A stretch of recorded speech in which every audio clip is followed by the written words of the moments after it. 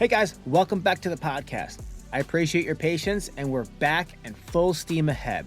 I have a bunch of great guests lined up for you guys in the next coming months and I'm really pumped about it.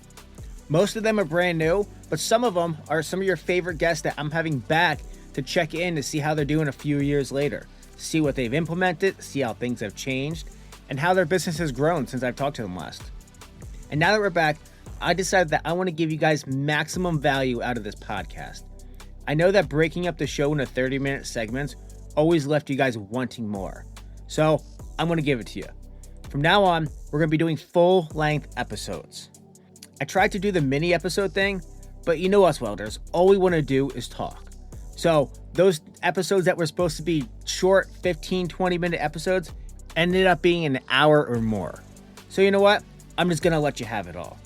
But in return, I'm going to want to talk to more of you guys. Now, I totally understand that doing an interview isn't for everybody, and I totally get that. But I know most of you have some hilarious job site stories that the rest of us would love to hear. So you know what? I want to hear them. I want to hear all about the shenanigans that you've experienced over the years on the job sites from all different types of trades. I also want to hear about the hard lessons you've learned. Those lessons that cost you a lot of money and that were painful to learn. As business owners, I know we all have them. And I'd like you to share them with the guys who are listening so they don't make the same mistakes. I think sharing these stories helps us all out and know that we're in this together. And hopefully some people will learn from it. So if you're up for sharing a short story or a full-length episode, or you want to recommend somebody, let me know. Head on over to weldingbusinessowners.com and click the book a call button on there. That'll take you to the Google Calendar of all the times that I get set up to sit down with you guys. Or send me an email, kevin@jmwfabrication.com. I look forward to talking with you and putting out episodes that you guys want to hear.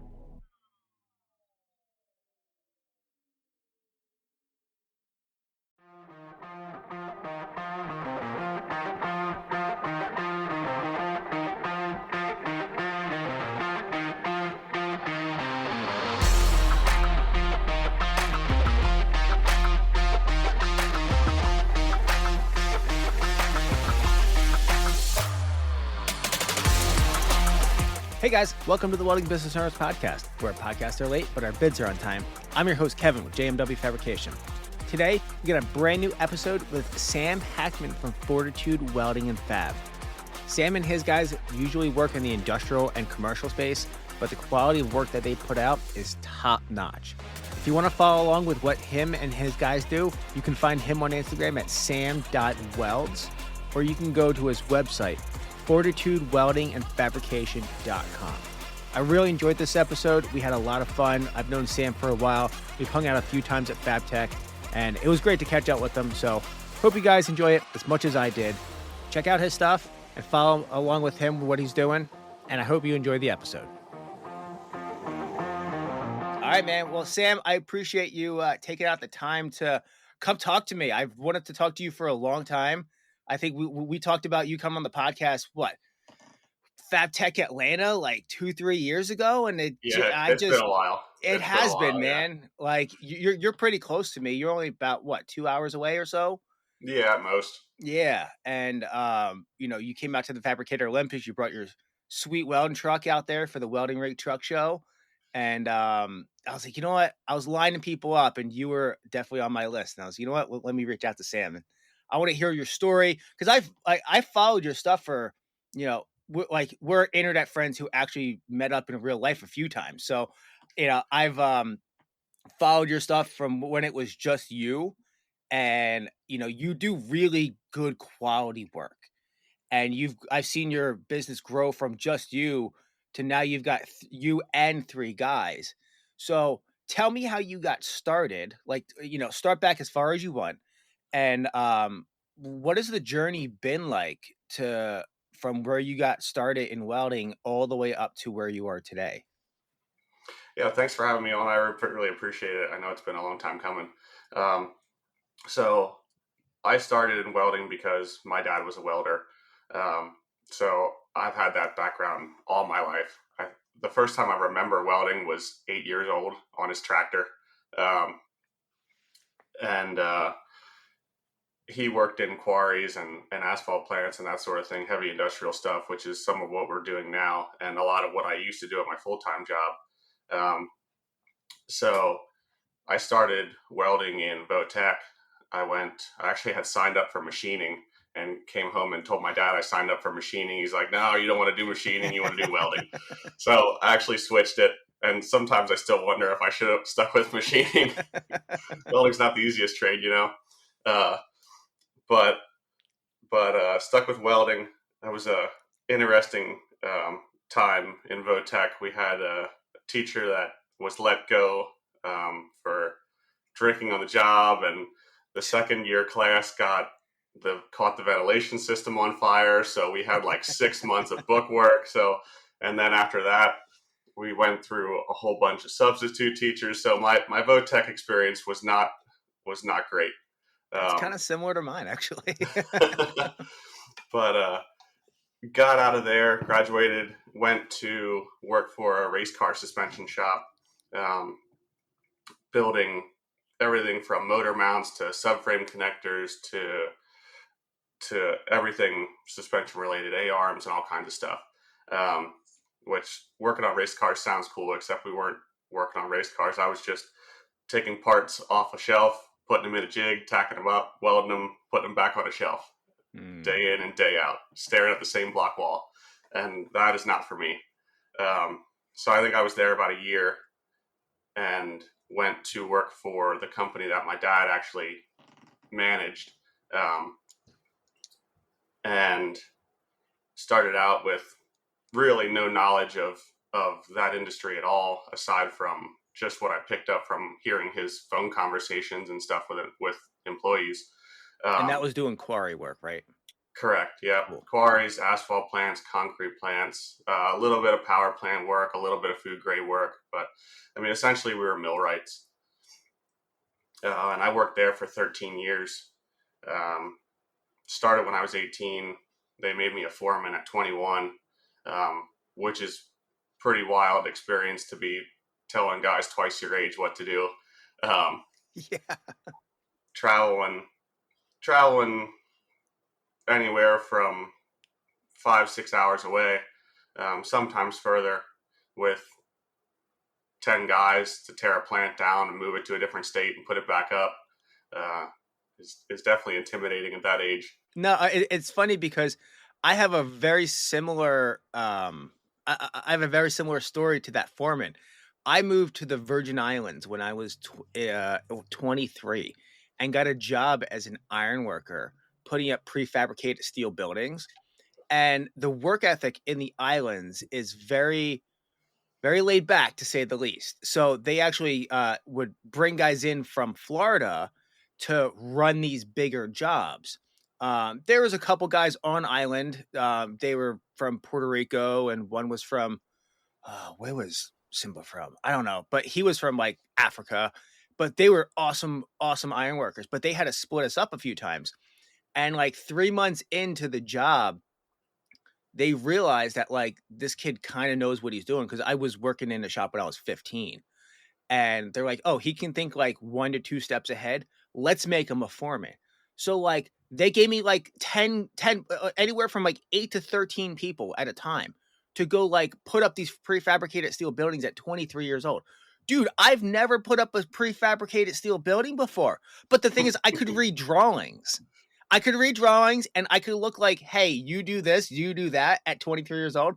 So they made me a foreman of people. This one guy, he was like 30 something years older than me, like over twice my age. And like, I kind of got a lot of crap for that. I'm sure you did too, especially from guys who like were kind of knew what they were doing, right? Yeah, for sure. I think they gave me a lot more respect than I thought at the time. Okay. Seeing that I came up from really coming in knowing nothing and learning the trade like I did, and working my way up through. It wasn't like, oh, dad made him the boss right away, type of thing. I never really got too much of that. Oh, that's awesome. Yeah. Nice. Um, but around 2016, yeah, October 2016 was when I started my LLC, because I was doing more and more side work.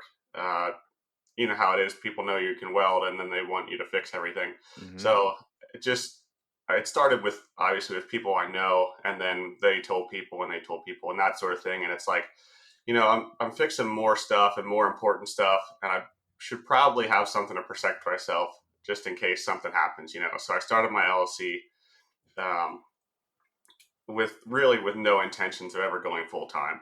Um, and I went full time on my own in March of 2021. So actually, just a couple of days ago, it's been 4 years that I've been on my own full time. Um,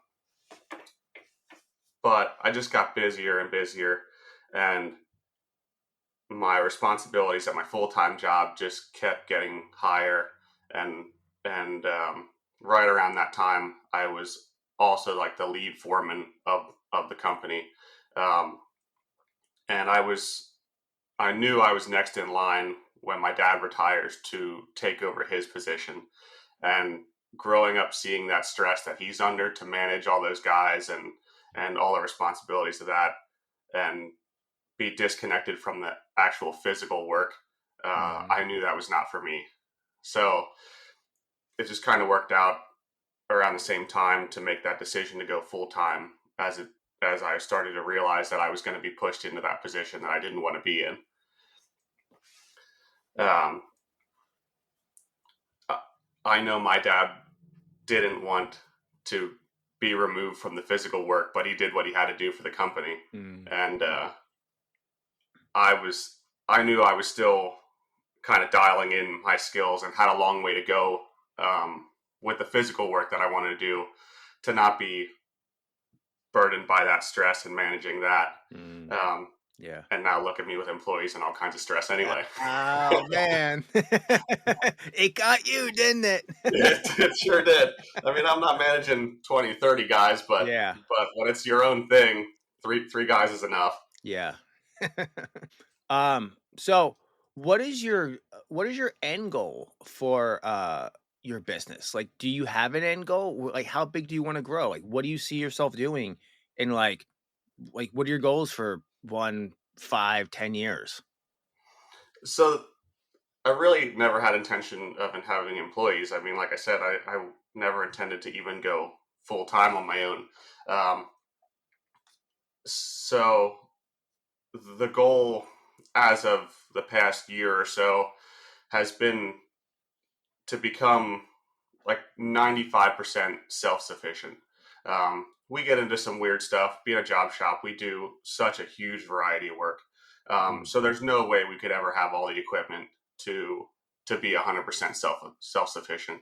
But if I could be 95% self-sufficient to not have to outsource to other shops, that would be awesome. Um, Wow. we have Last year we got a press brake, got a 145 ton 8-foot press brake, um, because that's the size that our budget and our shop allows. I mean, I would have loved a 10-foot brake, and the more work we do forming parts, the more I realize that's all the bigger of a brake that I really ever want to have, because forming parts much larger than 8 foot of quarter-inch plate is really a challenge, especially with no overhead crane and that sort of thing in here. Yeah. Um, so I'm definitely learning as I get more equipment what I want our limitations to be. Sure. Absolutely. That'd be a bear to try to do that. Yeah. So, but our shop is super small right now. We're working out of 3,000 square feet Mm. with me and three other guys, and the immense amount of projects we have going on at one time. So we're constantly moving things in and out of the shop, and having to wait to order materials till like right when we're ready to do a job, so that we don't get all of our projects on top of each other and that sort of thing. Sure. So the goal is about a 15,000 square foot shop, um, overhead crane, whole shooting match, have a separate area for like paint and sandblast, because as much as I hate painting and sandblasting, that seems to go along with metalwork, unfortunately. Don't And do there's, it. Don't yeah, do it. yeah. Tell me about it. Funny story. Tomorrow, I'm actually meeting a guy who's buying my entire blasting setup, like the pot, the compressor, and everything. Like, dude, I've been down that road, and I want it to be self-sufficient too. I really did. And, I wanted to, I joked that I started my business to feed my tool addiction. And I did that for a while. But then the problem is it always came back to me.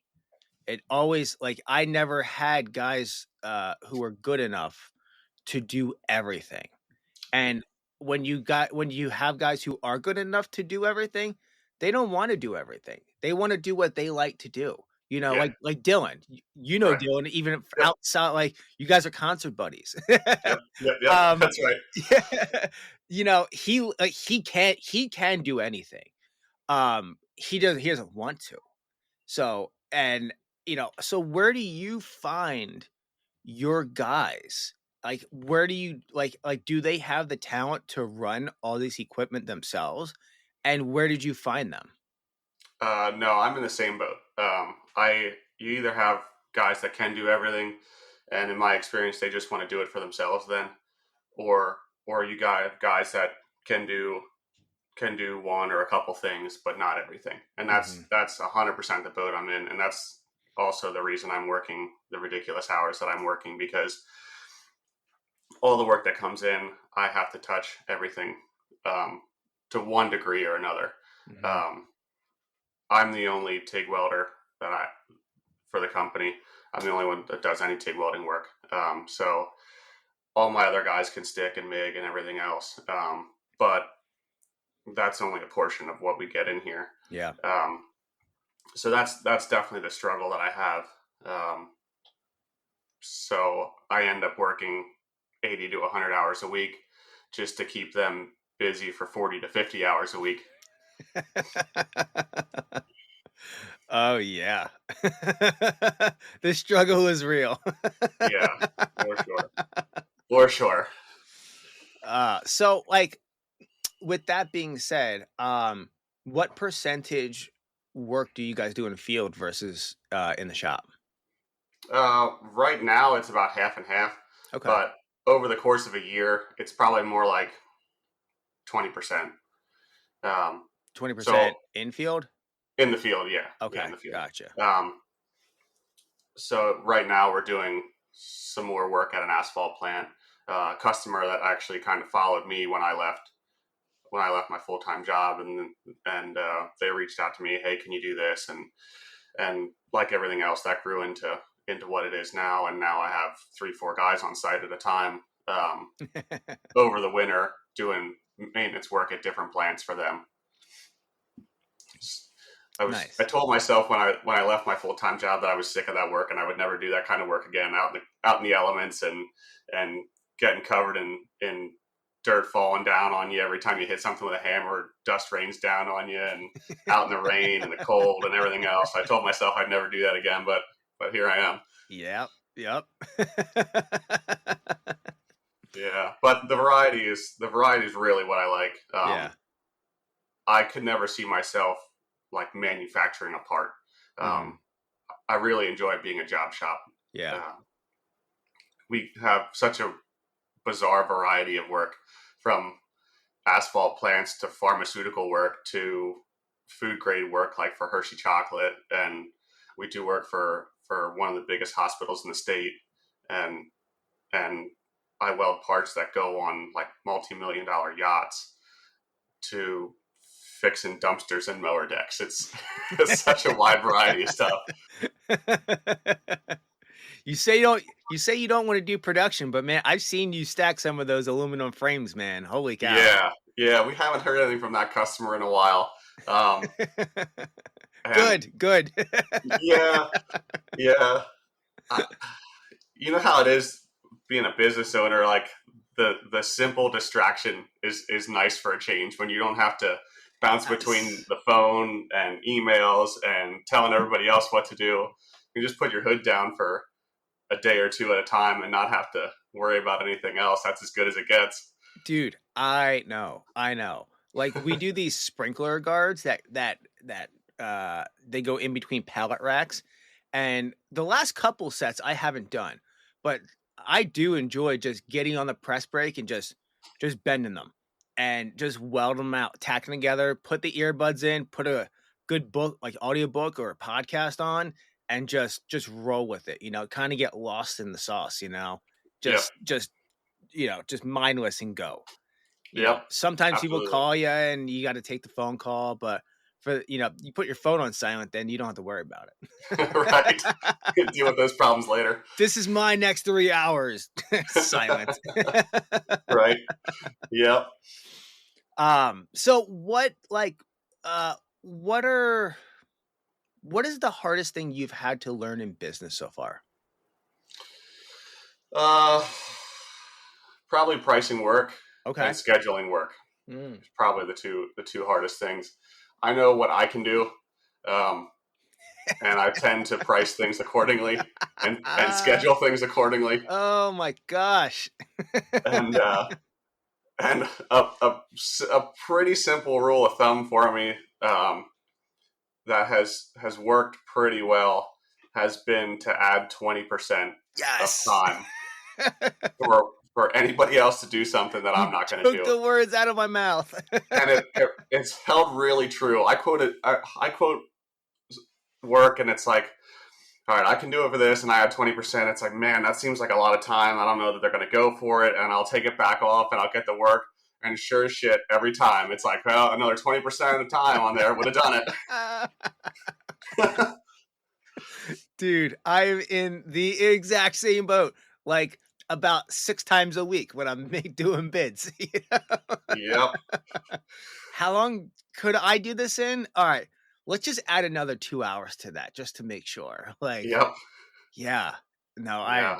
yeah, it's tough, man. It really is tough. It is, and the market can be so tough. I mean, I have so many shops around that do fabrication work, not so much that do millwright work, Mhm. but a lot of fab shops, Amish and Mennonite shops that work for like peanuts Nothing. compared to what we need to work for, Yeah. um, and it makes it really hard.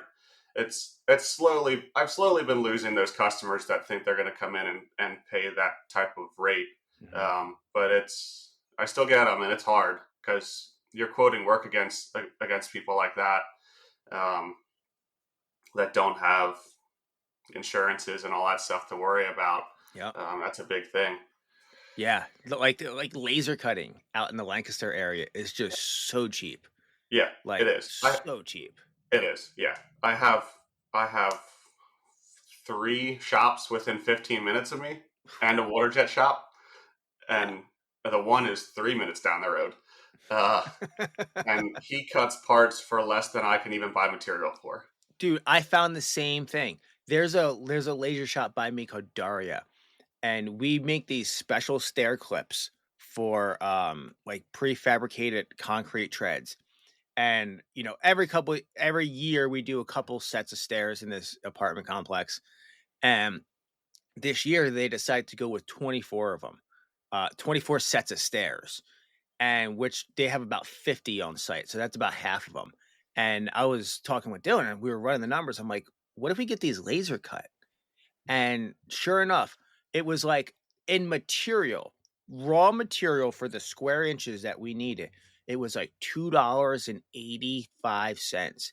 And I could have them laser cut, ready to go for $2.67. Yeah, I'm like, how do they do this? yeah, How? Like, how? yeah, Like, I get you're getting material that much cheaper, but dude, you've got a Trump laser.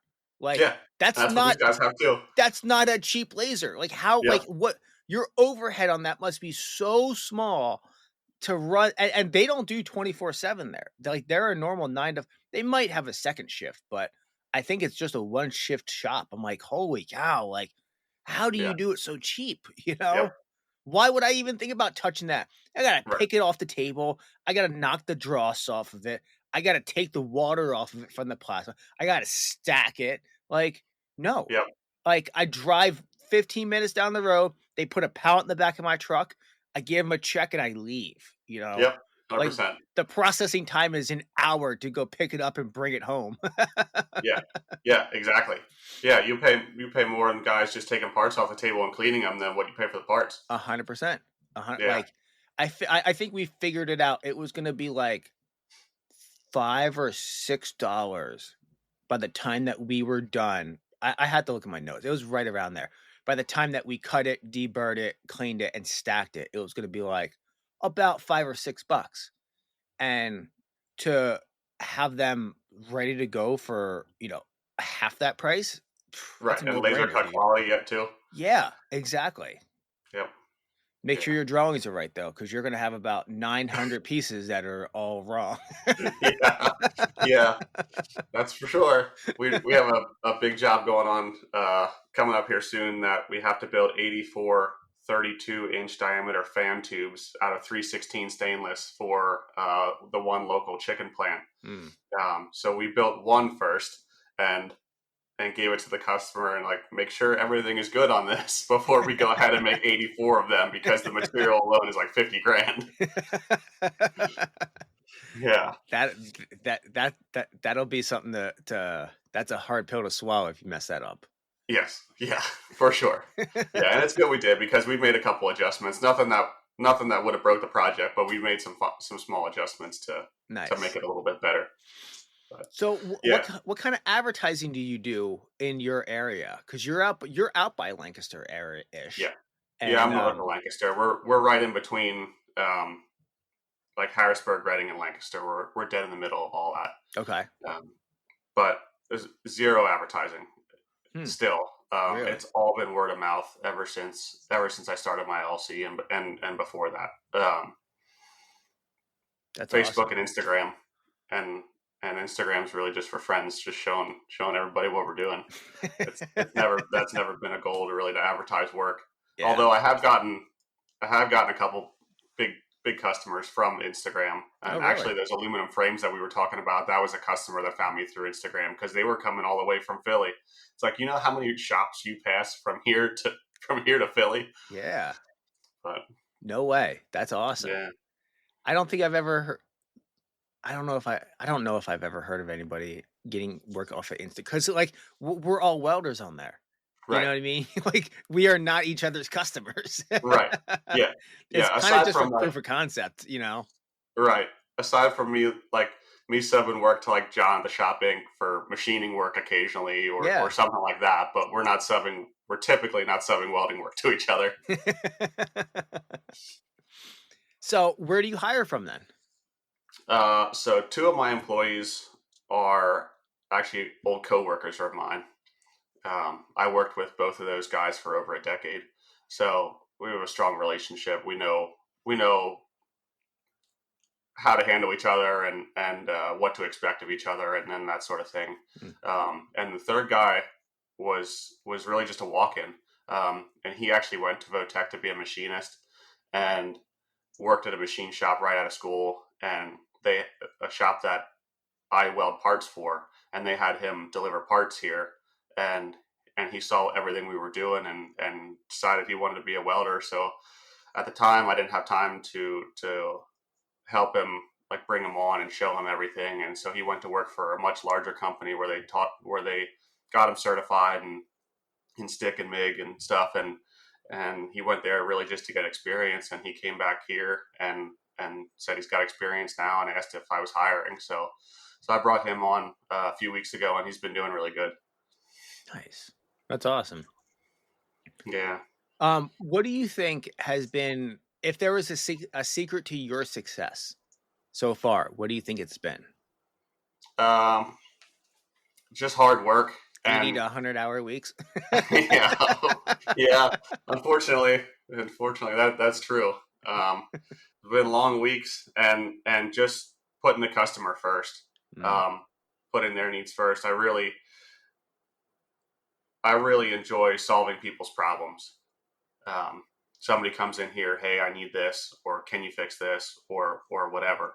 I like to be that guy, hmm whether it's new construction work or fixing broken old junk. I like to be that person for somebody. Um, The problem solver. yeah, exactly. Nice.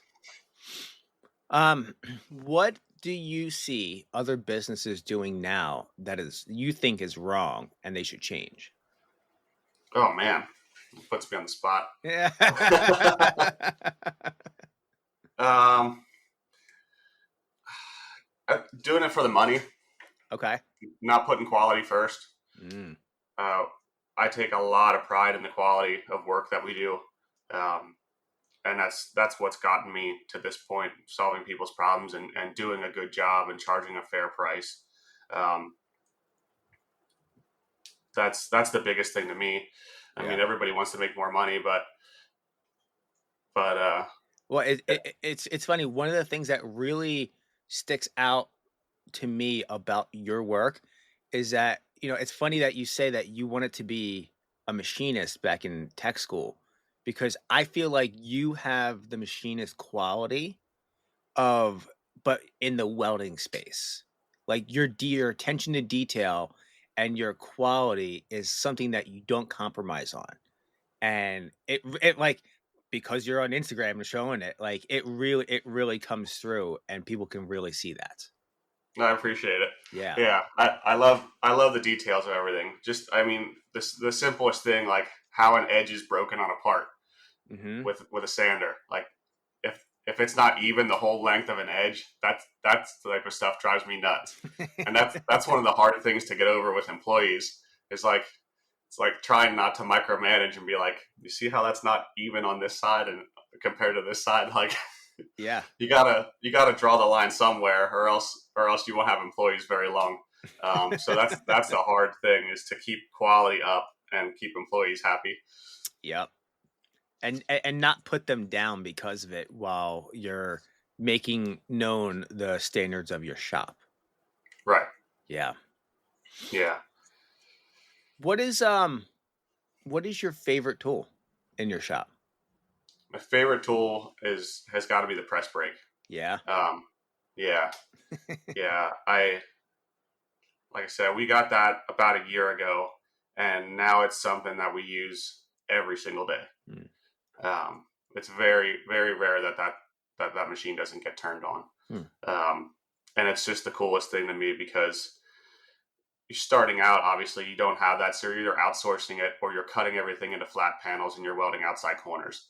So Mm. now, so now to be able to do that in house and design parts to require less labor and a better overall finished product is awesome. Yeah. Now, on the flip side of that, what do you think is one tool that you should probably sell? Hmm. I promise we won't tell your wife. I don't have too much that we don't use one way or another. So you I'm run a pretty pretty, lean shop then. Okay. yeah. Um, Pretty much everything gets bought for a project. Like Mm. I don't go and buy tools because I think we'll use it. I usually wait to the last minute and buy that tool like 2 days before we need it for a project Okay. and hope it gets here on time. We just got a laser welder. Oh Um, yeah? yeah, That's awesome. for that fan tube project, and that project will pay for that laser. Um, so that's how I try and justify equipment purchases. Okay. Um, Even if we don't make a profit on that job, if that tool's paid for, that's a win to me. So, that laser welder, I've looked into them, man, and they, for when they first started coming out, they seemed like a fancy tool, and that's okay. You can go buy that. But then when I've used one at FabTech, Hmm. and the speed at which you can weld is just phenomenal. Yeah, And it's a perfect weld. If you have the perfect fit up, it's the perfect weld. yeah, And the quality, there's no cleanup to it. And I've really considered getting one, even just for picket railings. You know, Imagine like because we TIG weld almost all of our railings, hmm, just because we don't want the cleanup. And by the time you position yourself, you strike the arc, you heat it up, you put the filler metal in, and you do that 4 times on a little square picket. Imagine just setting that down, pulling the trigger, letting it feed the wire itself. It pushes your hand back, and just do that like it would be, you know, 3 times as fast to weld a Yeah, picket with a laser welder with a wire feeder versus just trying to TIG weld the thing, you know? for sure. The heat distortion, the cleanliness, the small narrow bead that it provides it's pretty awesome.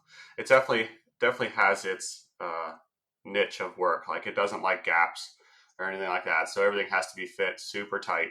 Otherwise, the laser will just shoot right through the gap. Um, but for the right application, it's pretty awesome. Those Mhm. fan tubes, it'll be the perfect tool for, because we have to roll all that flat plate and then butt weld the seam together. And the one that we did already, the one section's about 15 inches long, and we did that weld in like, I don't know, 5 to 10 seconds. It was crazy. Like, man, we'll burn through 84 fan tubes in no time. Yeah, right? And And if if you you had to TIG weld that, just the distortion that you would get alone, yeah, plus you'd have 10 times the amount of time welding that joint in it. yeah. And if you bid it like you were gonna TIG weld it, Exactly. and then you're done 5 times as fast, that's all money on top Exactly. where, that helps pay for that machine right then and there. Yep. Yeah, that's Yes. awesome. Yeah. We had that machine built for us, for SA Laser. As far as I know, it's the only one that they've made that big. It's a 3 kW. So Okay. I wanted the ability to weld 1/4 inch aluminum with it. Ooh, Um, yeah. so I can do 5/16, 3/8 steel, and 1/4 inch aluminum. Nice. And honestly, I think that's a little underrated.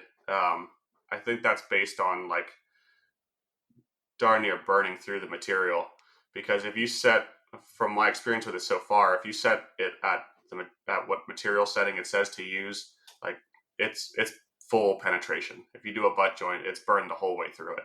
So Wow. I would definitely trust it to weld some thicker material than Wow. That's now, do you have the wire feeder for it too? that. Yeah, it's all built into it. It's actually a pretty enormous unit. It's like two old sinker waves put together. Yeah. It's big. And actually, most of it's the water cooler. The Really? laser power itself is like the size of a briefcase, but the water cooler for it's enormous. Wow. Interesting. If you were to do it all over again, what would you change? I'd probably take some bigger risks to start with. Okay. Um, like saying goes, big risk, big reward. I would probably have taken some bigger risks, and I think it would have pushed us further ahead faster. Mm. Um, I've grown this extremely slowly. I mean, like I said, I started this almost 10 years ago now, um, and grown totally organically, um, and just bought what I needed to do the job at the time. And I feel like if I would have bought bigger equipment initially, and advertised and that sort of thing, that we'd be further ahead than we are now. Do you regret that?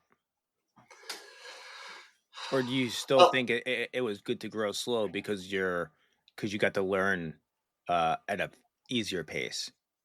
I think it was good to grow slow. I mean, I have a wife and kids, and I did when I went on my own, and when I started the business. So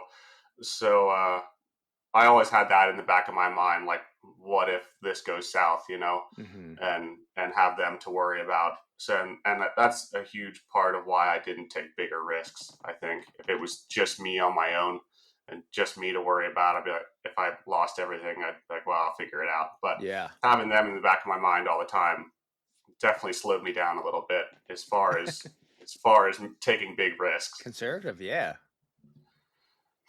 Now, how do you so with uh your work schedule, what does your work-life balance look like and how do you deal with that?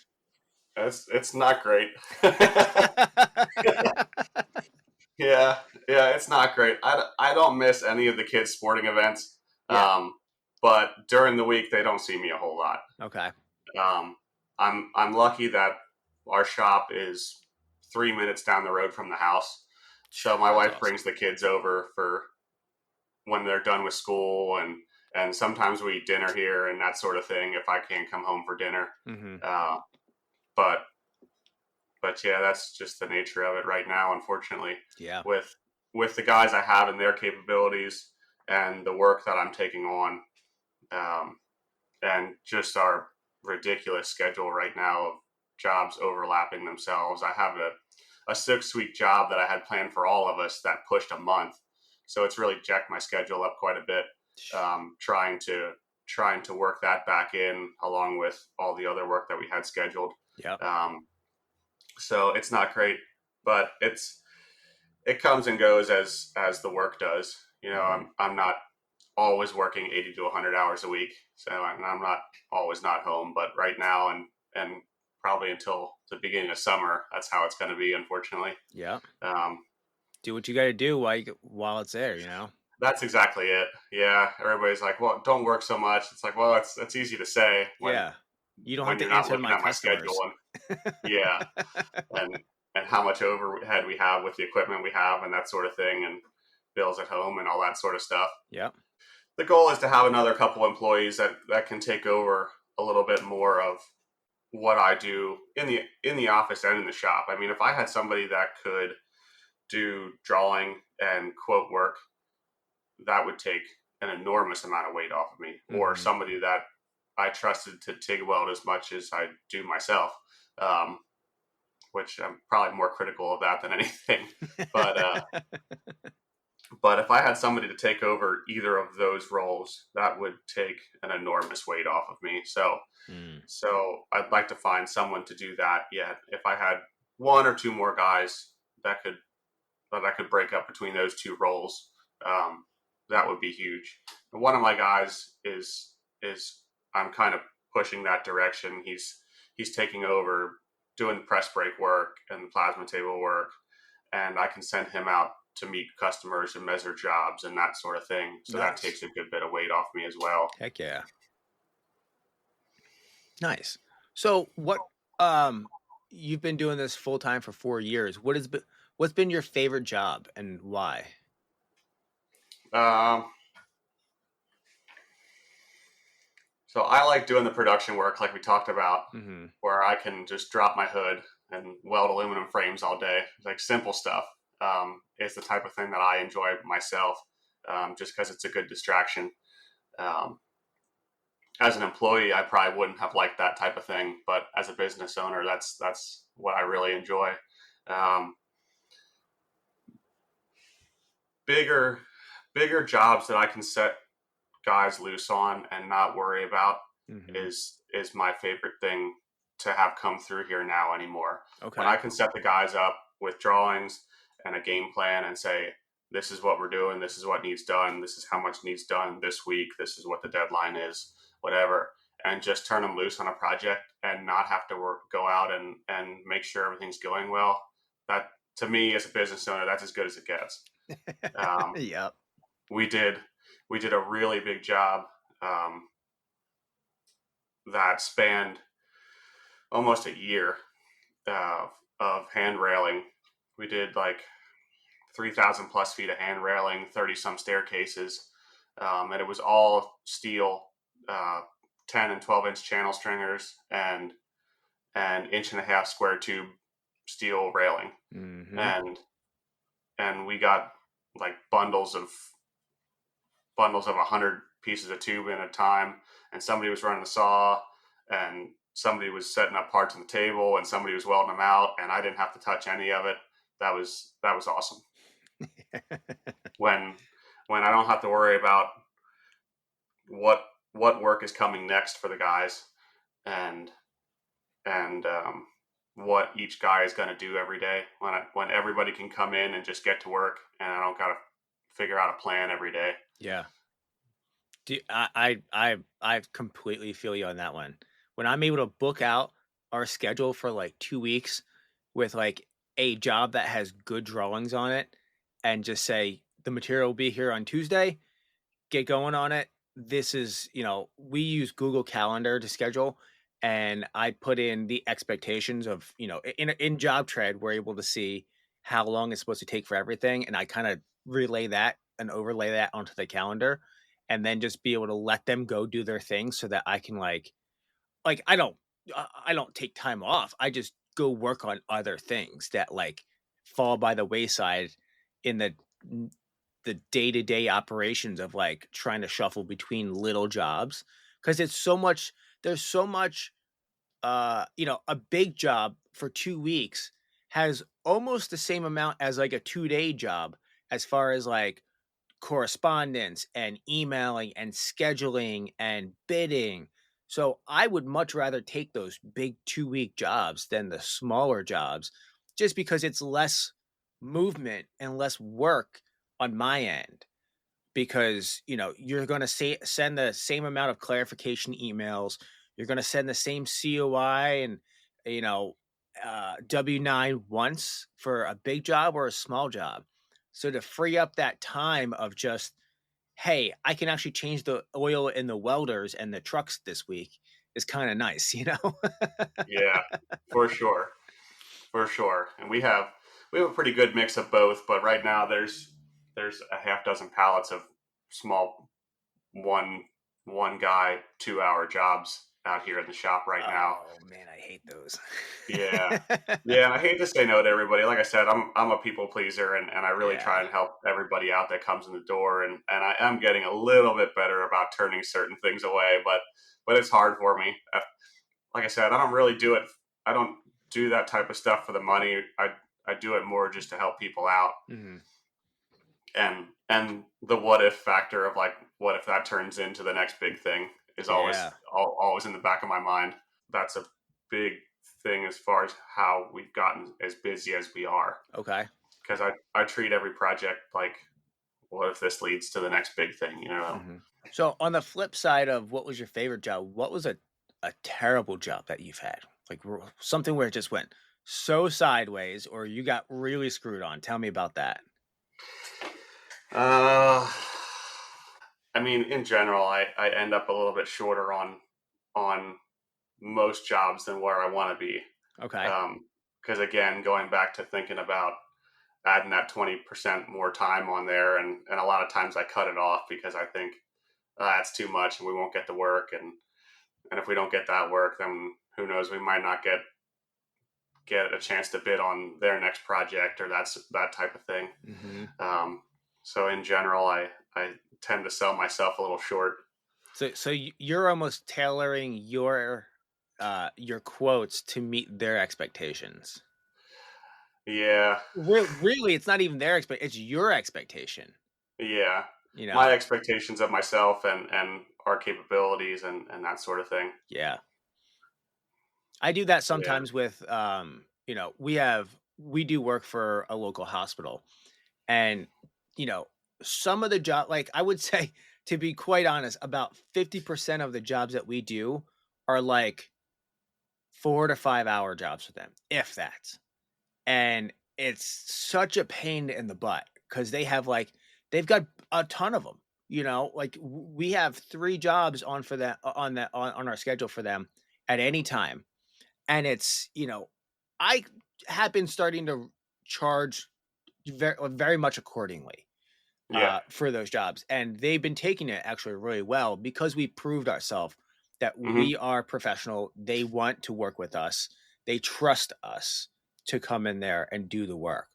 But in the beginning, it was like, oh, you want this little thing? Like, how can I charge you $1,500, you know, to come out there and replace, like a 3 foot section of bar grading in a basement stairwell, But like, truly, that's if we have a minimum or a minimum of time that we have to go out there, I have to charge you that. And Yeah. then, galvanized steel bar grading is not cheap. So, you know, our $1,500, I'm just throwing $1,500 out there. It was probably close to like 1,000, but still, like I felt slightly bad about, charging them, well, we're going to set to our minimum of, because we work 4 10-hour days and we have a 5 hour minimum. for our work. So, I feel bad charging you the 5 hours when I know that you're 30 minutes down the street. We can get it done in an hour and be back to the shop. Right. So, like, I would bend on that. And, Yeah. and yes, we make up the time somewhere else, but like, it's things like that, like, where now I feel more comfortable saying we have a 5 hour minimum. It is what it is. And if you've got multiple jobs that we can get done in that 5 hours, cool. Let's batch them together. But I'm going to have Right. to price it as one, because if you only give me a PO for 2 out of the 3 or 1 out of the 3 that I quoted you, like, I'm not doing that job because that job's only an hour. You know what I mean? Yeah, for sure. So I find myself in the same situation sometimes, Yeah. just trying to keep I the good customers happy. Right. Yeah, absolutely. Um, and I have a really hard time going back after quoted work and say, hey, like, we ran over way more than what I thought we were going to. I just I just eat it and I move on. I just get them on the next one type of thing. like We do that like too. Yeah. I I my word means a lot to me and to my customers, and if I tell them it's going to be X amount, then that's what I charge them. Like, unless it's drastic, and then I just go back and like say, hey, like, we need to charge X amount more for materials at least to make up something of it, that type of thing. Yeah. But it's pretty rare that happens. I don't have to go and eat that much, but it's not uncommon for like a 2-3 week job for us to end up there an extra day or so, and I just eat that and move on and try and estimate better next time. Yep. But I also don't take on any residential work anymore. I've learned that the hard way. That is not where the money is to be made, and at a certain point, you do have to draw the line somewhere. Yeah. And residential work is definitely it. I've had a numerous amount of jobs that I wish I would have never agreed to. Tell me about those. Uh, let's like, we let's had a pick at guy. that scab.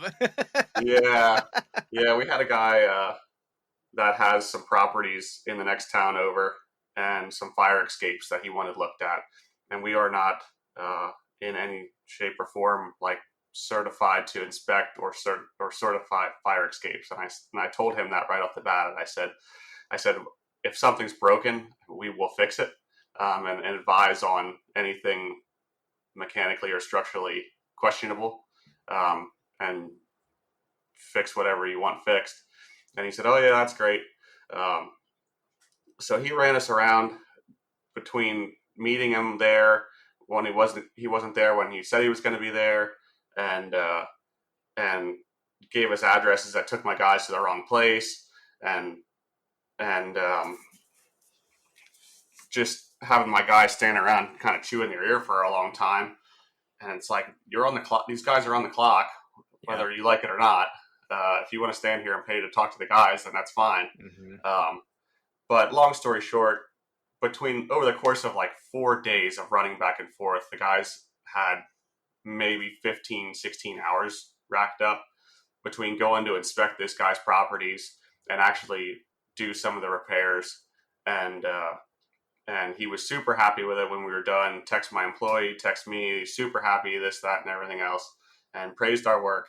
And so I sent him a bill for 12 hours, and he had a fit, like an absolute meltdown. What?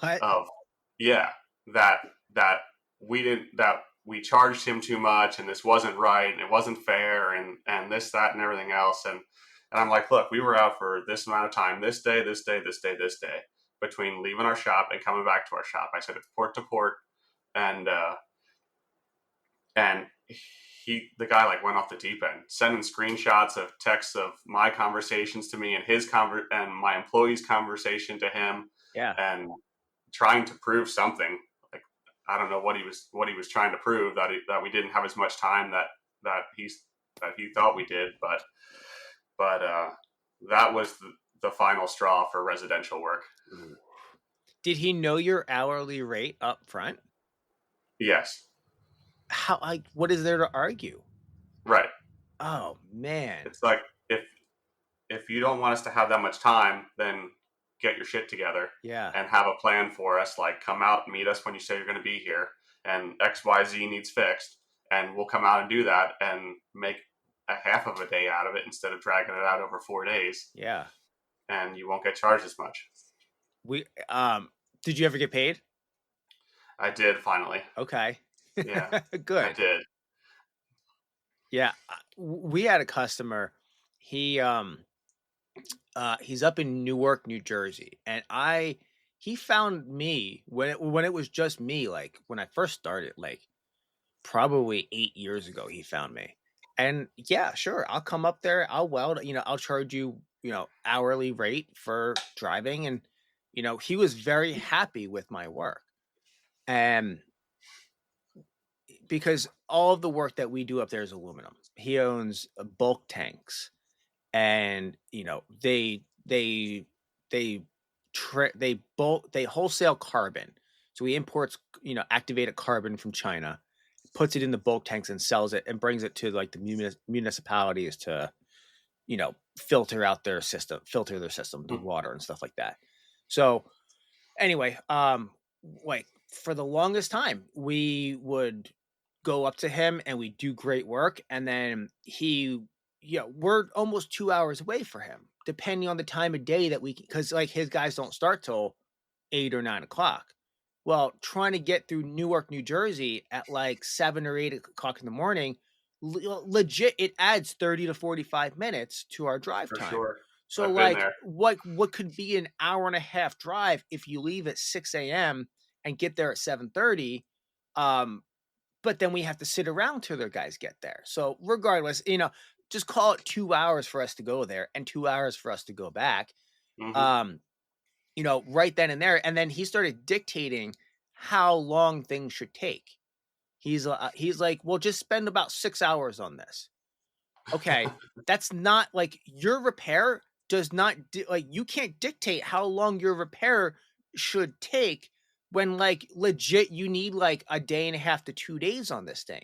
You can't tell Right. me to work on it for 6 hours, patch it together, and then complain when it leaks. Right. Yes, you're right. It leaks. You told us how long we should spend on this.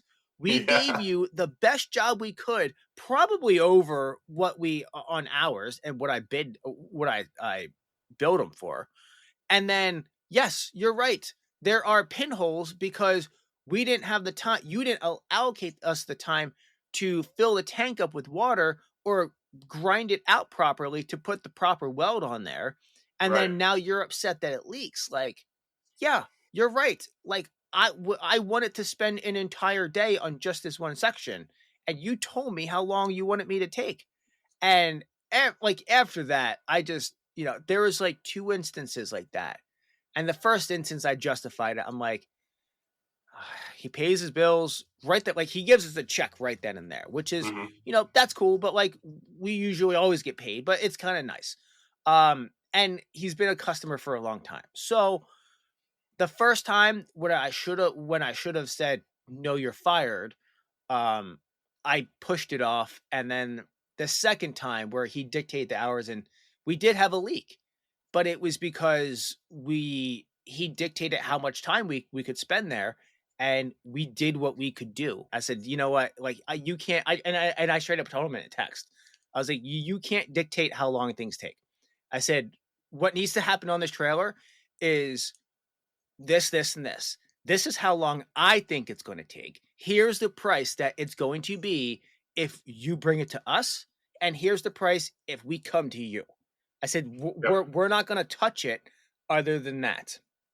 So after that, he I don't even think he got back to me. And then he didn't get back to me on that job. And then there was another job where he did get back to me and he's like, "Hey, can you bid this?" I said, I don't think it's going to work out. I don't, we have a certain quality and we're we hold our work to a higher standard than what I think you want done, and it's just not going to work out this time. So I gave him a reference to somebody else who might come out and do it, and that was the last I ever heard of Yeah. him. Yeah. Actually, 2 days ago, I just gave a customer that's been a real pain in our butt the ultimatum of us doing their work on a T&M basis of a certain rate, or not doing it at all. We were quoting. It was all forming work. They build their own parts. They have them laser cut from the same shop that we use, and then they bring them to us to form them, and then they do whatever, build whatever out of them. But they bring us all the like one-off, really hard to form parts. Mm-hmm. Like they go way over the top trying to reduce any welding, and results in a really difficult to form part that has multiple bends, different directions, and it's always a one-off thing. So it's nothing that's even worth programming in the break. So we just work off of their drawings and figure it out that way every single time. And it's just proven to not be worthwhile. I know and again, the thing with employees and taking extra time is like, I look at it and, okay, I can form this fast. And my other employee who I have run the break is more intimidated by those parts than I am, and takes a lot of time to make sure that he's doing it correctly, which is awesome. I'd sooner have that than have to recut the part. But in the same token, when you're doing that times 15, 20 one-off parts, it adds up pretty quick. Yeah. So, and this last time that we did work for them, they kept the same part numbers and changed the dimensions and never bothered telling us that they changed the dimensions of the parts. So they send drawings every time for me to quote, and I just look at the part number and look at what I charged them last time to bend it, and if I know it took longer or shorter or whatever, I change the price accordingly. But I don't go and look at every 10,000th of an inch of the part, and because we print out the drawings every time we form a part for the first time, and then we write all our notes on there, like bend calculations and that sort of thing, for the next time we do them. So order of parts came in when we were out in the field, and my other employee grabbed a stack of drawings and started bending parts, and got about halfway through them before he realized that something wasn't working out. So we ate. That was one that we just ate, recutting half of those parts, because they said, "Well, we sent you the updated drawings." I'm like, "Yeah, all you would have had to do was say, hey, just a heads up, we changed the dimensions." Like, that would have saved us. Yeah. Double the time and eating all the parts. But that's one of those pain in the butt customers that now they either do it for T&M at a certain rate or not at all. Yeah. So what is one thing that you suck at? Delegating. Okay. Delegating and still quoting. Okay. Scheduling and quoting. Like I said, those are still the hardest things for me. I think because I never intended for this to be as large as it is, to have employees and that sort of thing. I still have that mindset of I'm doing stuff on my own, but I just have additional help now. So it's harder for me to delegate and say, okay, you do this and you do this, and this is going to take this much time now because I'm not doing it myself. And that's definitely the hardest thing I have a problem. It's the biggest thing I have a problem with. I'm learning. It just takes a long time to. Okay. Yeah. That's not one of those things that changes overnight, I don't think. What do you do for scheduling your guys? Like, do you have a workflow calendar, or is it just day by day? Or? Yeah, we have a whiteboard calendar that I write all our jobs on, and timelines on those jobs, and what guys are working on what. What is one trick of the trade that you've learned from like an old timer that you think that you could pass on to somebody else? I can't say it's one trick, but I learned a lot about rigging at my old job. Okay. And some like tricks and nuances to rigging awkward items. Okay. Positioning straps certain ways, and that sort of thing to get parts to pick up how you want them to pick up. Yeah. Doing the millwright type of work with asphalt plants and sort of things, like a lot of times your lifting eyes aren't on the same elevation, or there's more weight on one side than the other. Mm-hmm. So even though changes the length of that leg of the strap, like you add an extra shackle over there to compensate for some more weight on that side, or you basket a couple extra straps in to offset for the lifting lugs being on a different elevation, so that when it picks up, everything picks up level. Awesome. That's one of those things that you only learn hands-on. Right. You can't teach that in school. Yeah. And it's different when you're picking something up off the ground versus picking it up off of the plant when it's in position. Yeah. If something's like set on an incline, when you're picking it up off the ground and you rig it up, it's like, oh, that didn't pick quite right. Let's set it back down and add a couple more shackles or a couple straps or whatever to get it to pick on the right angle. Okay. But when you're picking that up off the top of a plant and it's on whatever, a 10-degree angle, and there's more weight on one side and the lifting lugs aren't on the same elevation, that's one of them things that you only get from experience. Yeah. And can go south on you really quick when you're picking up something that weighs 50, 60,000 pounds, 100 feet in the air. Better know what you're doing. Yeah, right. How do you keep your standards high in your shop? What kind of quality control do you implement to make sure that your guys are on the same page of you with what you're looking to put out? I mean, we're a really small shop with a small amount of guys. And I'm pretty much always here when they're here working for the most part.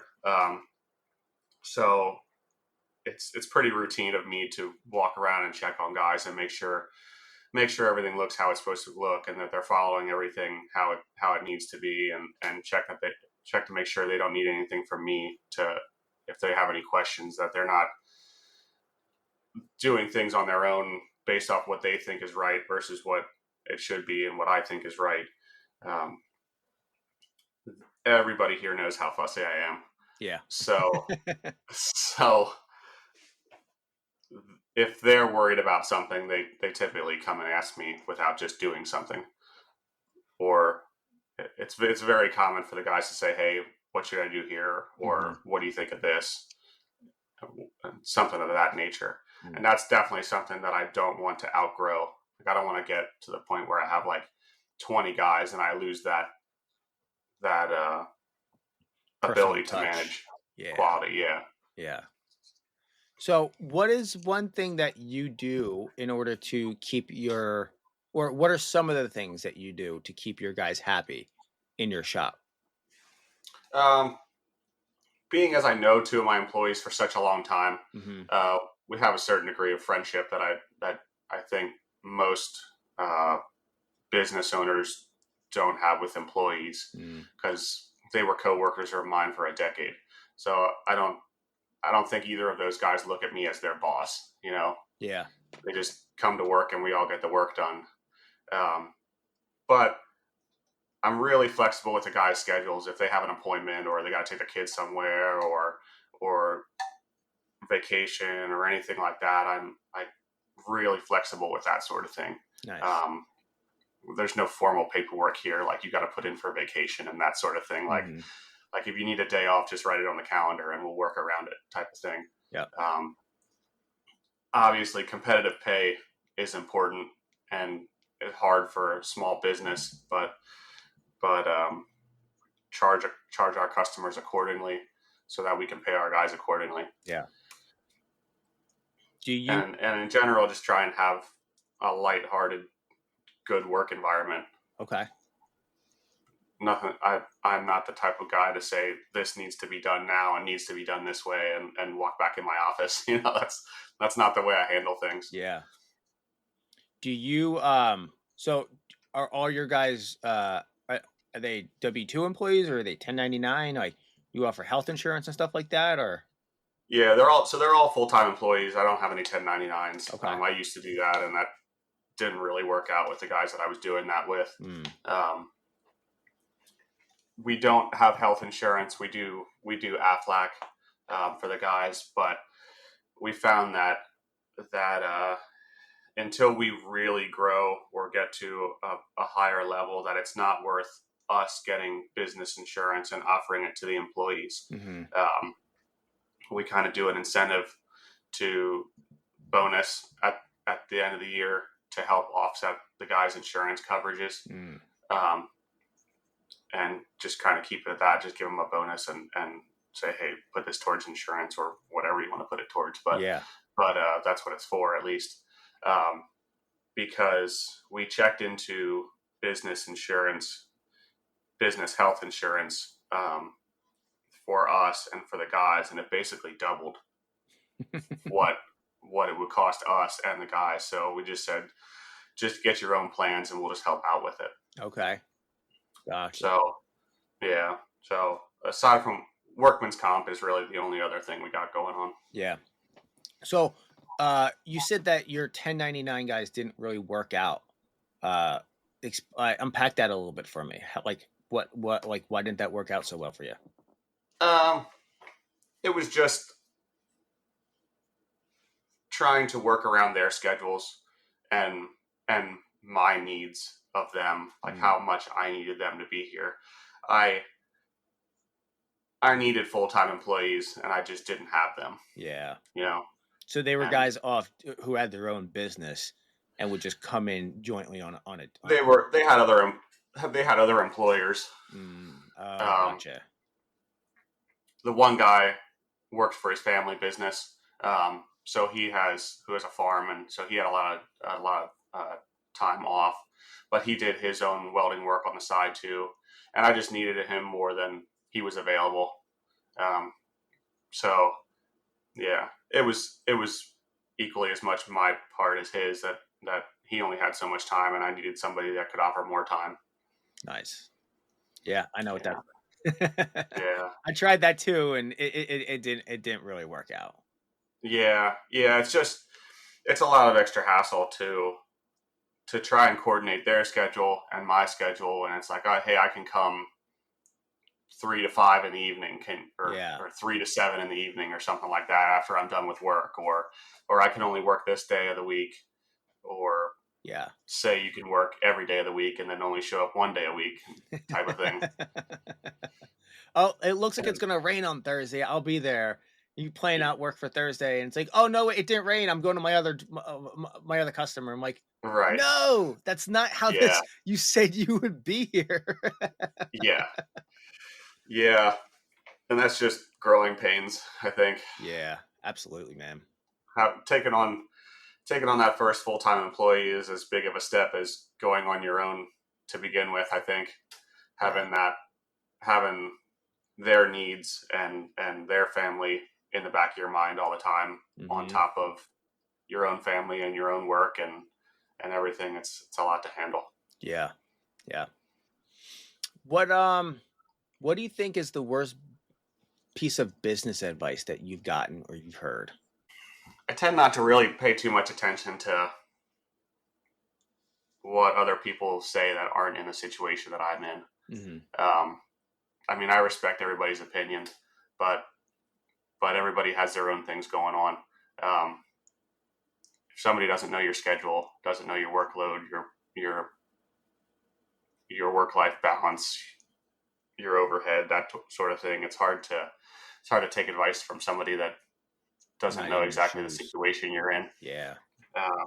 I can't say I got any bad business advice. I definitely learned to not pursue certain projects or customers.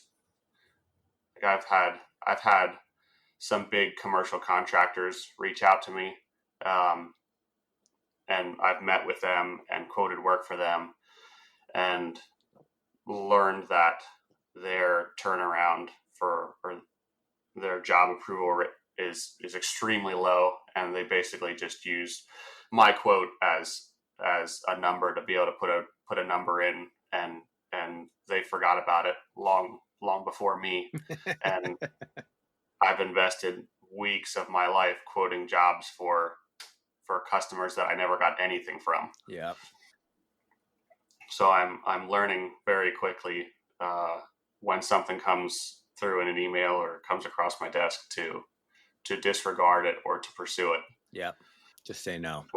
Which is that's a hard one to learn. Yeah, especially when you're a customer pleaser. Yeah, when you see a big job come across and think, oh, this could be our next big thing, and quote it and don't hear anything, and then they send something else. It's like, all right, I'll quote this one and don't hear anything, and quote another one, and it's like, all right, finally drawing the line here and moving on, and you're obviously not for us. We did that one customer. We did one job for 8 months ago, and last week we finally got the retainer check for that job, for a 2-day job. Yeah. One, like a couple hours shop fab and a half a day install for 2 guys. Mm-hmm. And that's the only thing I got out of weeks worth of quoting for that customer. It's not even worth it at that point, man. No, it's not. No. And I'm thankful actually that I learned from that one little job, because I quoted millions of dollars worth of work for that customer, and between the size of projects that we did for them. And that one was the smallest and the only one that went through. So I'm glad I learned that lesson on that job and not like one of the $500,000 jobs that I quoted, because that's the type of thing that buries a business like this. Yeah, absolutely. That'll put you under quick. Yeah. Yeah. Cool, man. Well, as we wrap it up, what do you have any recommendations for any books that you've read or any podcasts that have helped you out along your business journey that you could share with anybody else? I'm bad at reading books. Okay. And I don't remember any good names off the top of my head for books. I really try and sit down and read, and as soon as typically I'm getting home at 9, 10 o'clock at night, and I pick up a book and I look at it, I'm like, tomorrow. Tomorrow I'll get home earlier and I'll read that book, and I don't do that. You get sleepier just looking at the book. Yeah. I'll read just enough that by the time I pick it up again, I forgot what I read the last time. Oh yeah, I'm really good at that too. So hopefully with working on my scheduling that I can get some more time to read. But podcasts, I like Andy Frisella's podcast and the Tradesman Experience podcast. Yeah, those are both ones that help me out a lot. Yeah, more business like this, business oriented podcasts than anything else. I don't have the time to just listen to people talk about nothing all day long, Yep.